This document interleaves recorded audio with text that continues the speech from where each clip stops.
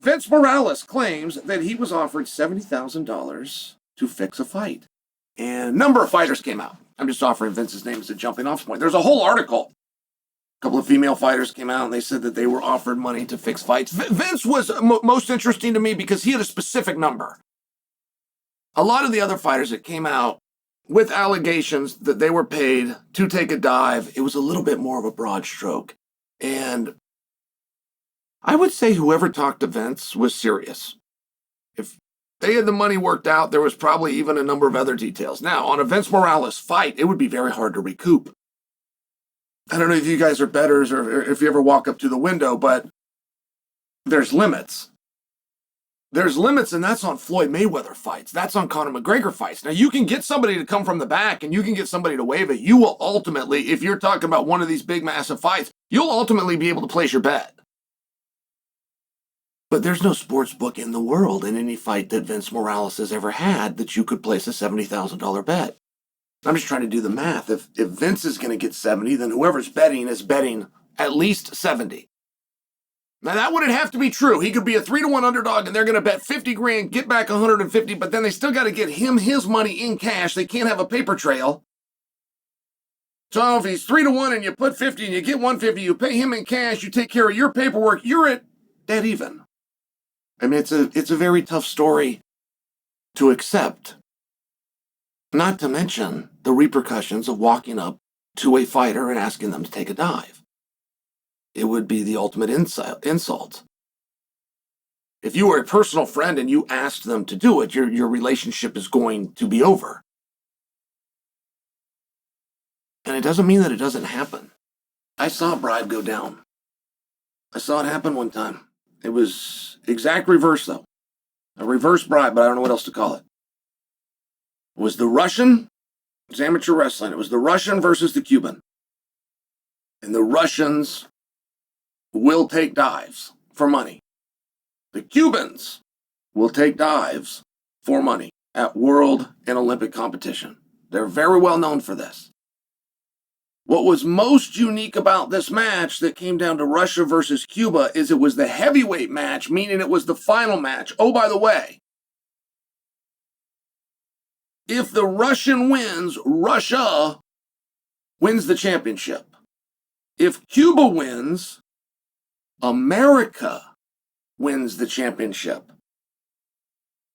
The Cuban was a massive favorite, but he'll still take the money and still do a dive. He'd done them before. So an American approached the Cuban, and he said, I know the Russians are going to talk to you, and they're going to pay you to go down. I'm going to pay you to win. Not called a bribe in America, it's called an incentive.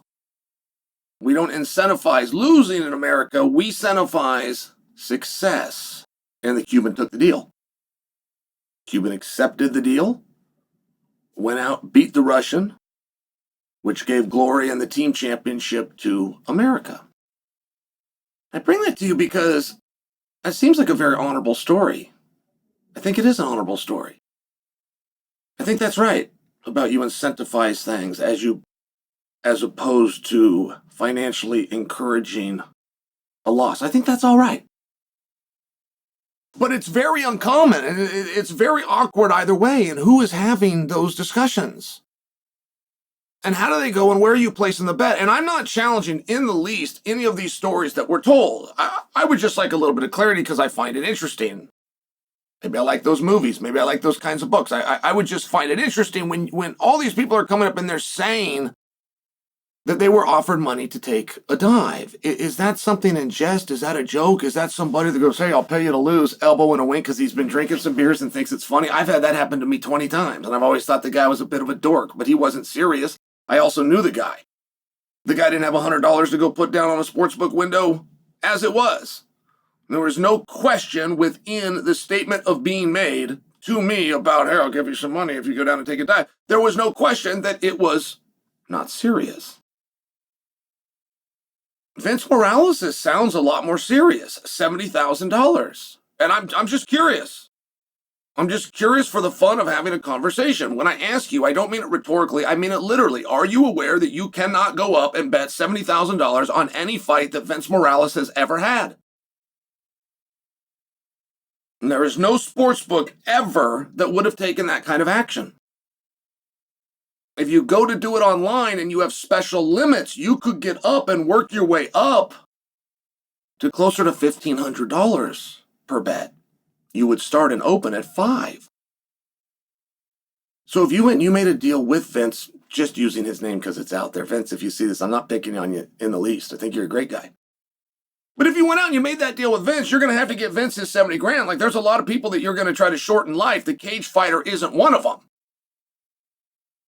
When you come back and you tell Vince, I had no way to do it. I got up to the window and they wouldn't take the action. I went to place this online. I had no way to do it. They cut me off at $1,500. I don't have your 70 grand. I'm sorry. I did my best. I tried to do it. I tried to cheat. I tried to rig it. I thought we were in on this together. And now you got Vince, and Vince went and laid down in the second round. He loses his ranking. His entire career is called into jeopardy. Is he going to get another fight? Not to mention, you got the smart marks that are rewatching that fight over and over and going, something doesn't look right about this.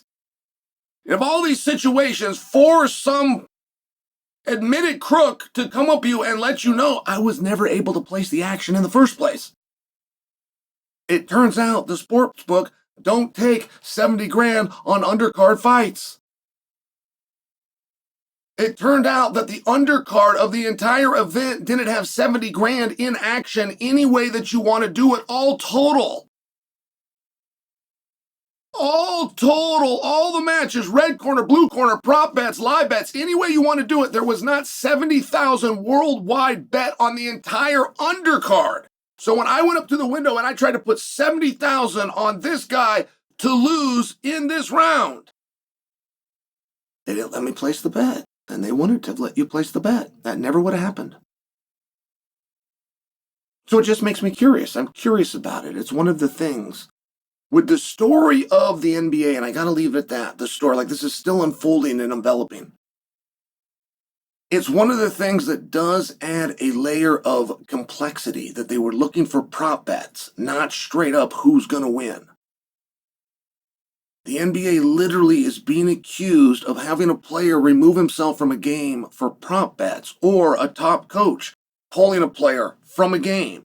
So you can play this whole event out right in front of the world, and there's nothing unusual. You're not counting on anybody to be an actor. It's what the Pride organization did so well, and there was a big part of my career where people were very angry at me for revealing this truth. And then over time, they've been more acceptant. They all go, okay, Chael's right. But Pride would fix fights. They just didn't bring both guys in on it like, say, a professional wrestling match. Professional wrestling match, Hulkster and the Warrior, and they come together, and Vince McMahon tells them, here's what we're going to do, and here's what you're going to do, and after he does this, and you're going to get the 3 count. Pride didn't fix fights like that. Pride only visited one guy's locker room. And Pride wouldn't even tell the guy to lay down. They would tell him, I'm going to give you this much money to not do, and that would be a certain technique. If you had a really great wrestler that had never done MMA, Pride would pay the locker room a visit and say, I'm going to give you $20,000. Do whatever you want. Just don't ever take him down. Anything else under the rules, but no takedowns. And if the wrestler took the money, then went out and he really tried. He really tried to compete. It's going to look real, because he is. And the other guy that wins, beats him up or knocks him out, is going to celebrate. And that celebration is going to look authentic, because it is. Because Pride only paid one locker room the visit, and they only paid one guy the money. And it was just one of many ways. It was just one of many ways to fix fights. If you ever wonder why, God, I watch Pride all the time. That didn't look suspicious to me. I'm letting you know why it didn't look suspicious. It didn't look suspicious because you weren't looking for character actors. You weren't looking for theater actors. You had one guy, no corner, nobody else in on the gag. You got a referee wearing an earpiece, getting signals from somebody, but you, the audience, always accepted that and never thought it was suspicious. And then you have a guy that's on the rope pumping his fists in celebration, because to him it was. So the fixing of fights, I will tell you, I find that very fascinating. I don't think a lot of it happens. But I don't know. And I'm very open. I'm very open to be wrong. I hope it doesn't happen. I don't see the opportunities. I've been around the space a long time. I don't know of it. I don't even know a rumor of it. But I will tell you, if you've got a story, I'm listening.